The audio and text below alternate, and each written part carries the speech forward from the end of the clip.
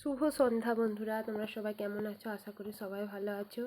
তো আজকে সন্ধ্যের টিফিনে বানিয়েছিলাম কাঁচকলার চপ। তার রেসিপিটা একটু সহজভাবে তোমাদের সাথে শেয়ার করলাম। ভাজা মশলা রেডি করে রেখেছি, 3টে কাঁচকলা, 2টো আলু। এবার এগুলোকে সেদ্ধ করে নেব। এই যে পাশেই রেখে দিয়েছি, বেসনকে ফেটিয়ে ভালো করে রেখে দিয়েছি। সহজ উপায়েই বানিয়েছিলাম, বাড়িতে যতটুকু যা ছিল। কাঁচকলা আলু সেদ্ধ হয়ে গেছে। এরপরে এটাকে মশলা দিয়ে পেঁয়াজ ভাজা, জিরে ভাজা, জিরে সব যে মশলাগুলো করা হয়েছিল মশলাগুলো দিয়ে ভালো করে মেখে নেব, দিয়ে চপের আকারে তৈরি করে নেব।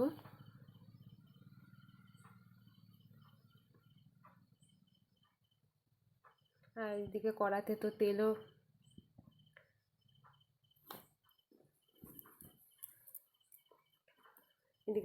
তেল বসিয়ে দিয়েছি, গ্যাসে বসিয়ে দিয়েছি। এই শুরু হয়ে গেছে গরম গরম চপ।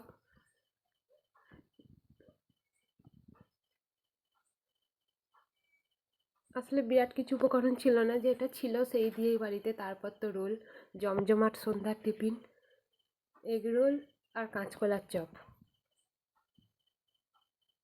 মশলাটা তো আলুটা যতটা সম্ভব অল্প যা ছিল উপকরণ দিয়ে বাড়িতে সেরকমভাবেই মাখিয়েছিলাম।